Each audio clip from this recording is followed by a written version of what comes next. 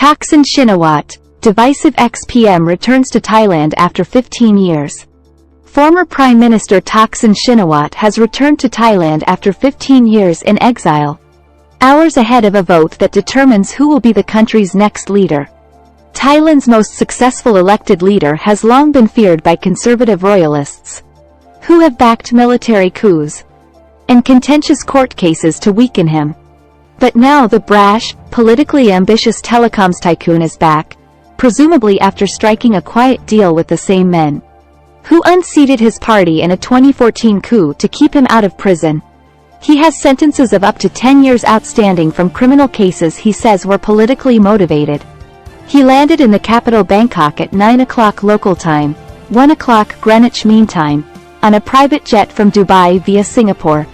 There were cheers, speeches, and songs from hundreds of his ecstatic supporters as Mr. Thaksin finally made good on the many promises he has made to return. Many had traveled overnight from his party's stronghold in northeastern Thailand to witness this moment. But Mr. Thaksin was unable to greet them. Flanked by his 2 daughters and son, he emerged briefly from the airport terminal and paid his respects to a portrait of the King and Queen.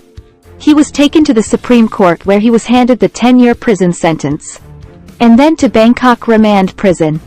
No one expects him to stay in custody long. Outside the Don Mueang airport, 63-year-old Samanang Kongpolparn had been waiting since Monday evening to see Mr. Thaksin.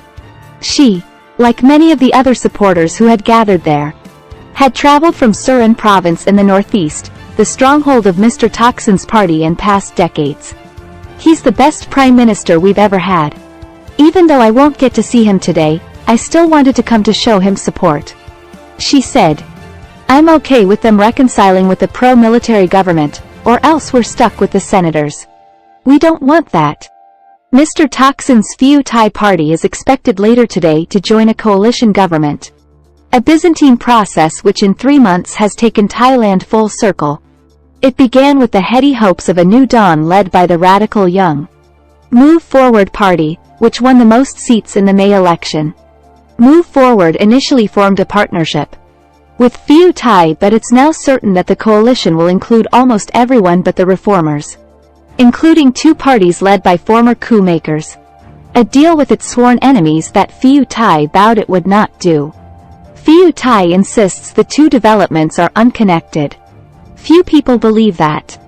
It is true that Pheu Thai's hands have been tied by the unelected Senate, a 250-seat constitutional landmine planted in Thailand's political landscape by the military junta which ruled for 5 years after a 2014 coup. And Pheu Thai's bargaining position was weakened by its poorer-than-expected performance in the election, when it lost a lot of support to Move Forward and for the first time was relegated to second place. The senators, all appointed under the junta, are allowed to join the 500 elected MPs in voting for the new prime minister.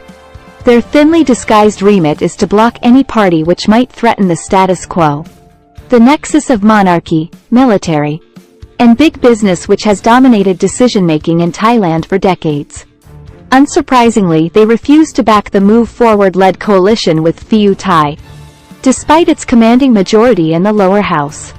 When it was Pheu Thai's turn to negotiate a new coalition, its need for Senate support meant it had to take in some of it. However, some Pheu Thai politicians argue that the party should have held out for a better deal by refusing to be in a government with the most hardline conservative groups. Any minority administration formed without Pheu Thai and Move Forward would quickly collapse, because the senators cannot join normal parliamentary votes on issues like the budget. But the Pheu Thai leadership was not willing to wait.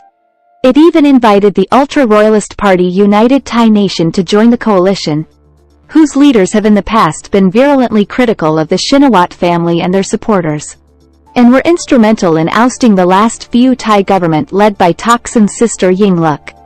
That these 2 factions will now sit together in the same government is a mark of how far Thai politics has shifted.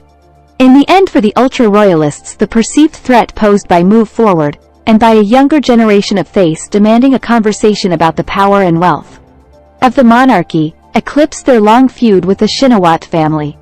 For the Shinawats and Pheu Thai's more conservative, business-minded elements, getting into government again, and guaranteeing the deal to bring Thaksin back, have been bigger priorities than worrying about the party's reputation. But there are those, even within few Thai, who are horrified by the cynical pragmatism of this deal. Thanks for watching my video. Please like and subscribe my channel.